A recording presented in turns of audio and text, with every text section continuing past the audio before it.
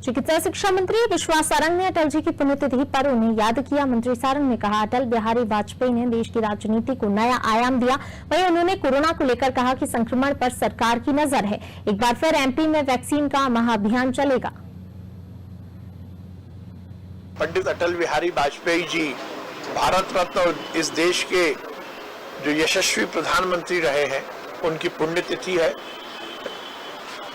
निश्चित रूप से अटल बिहारी वाजपेयी जी ने देश की राजनीति को एक नया स्थान दिया, एक नई ऊंचाइयों तक इस देश की राजनीति को पहुंचाने का काम किया।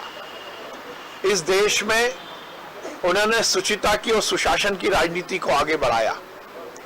हर स्तर पर, चाहे वो भारतीय जनता पार्टी के कार्यकर्ता रहे हो, नेता रहे हो, सांसद रहे हो, विदेश मंत्री रहे हो, या फिर इस देश के यशस्वी प्रधानमंत्री रहे हो, उन्होंने अपने व्यक्तित्व, कृतित्व, कार्यशैली, कार्य पद्धति से इस देश में और देश के बाहर दुनिया में भारत का नाम निश्चित रूप से ऊंचा उठाया।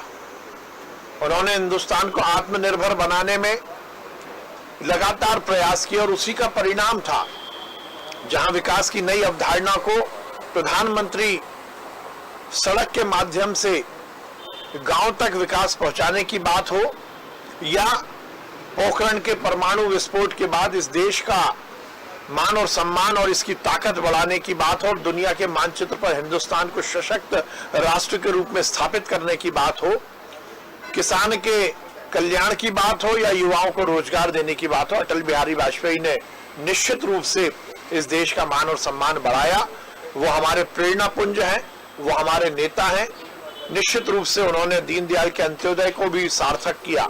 हम सब आज उनकी पुण्यतिथि मना रहे हैं, उन्हें श्रद्धांजलि दे रहे हैं, इस संकल्प के साथ कि अटल बिहारी वाजपेयी जी के बताए मार्ग पर हम चलेंगे। कोरोना के टेस्ट में कोई कमी नहीं की गई है।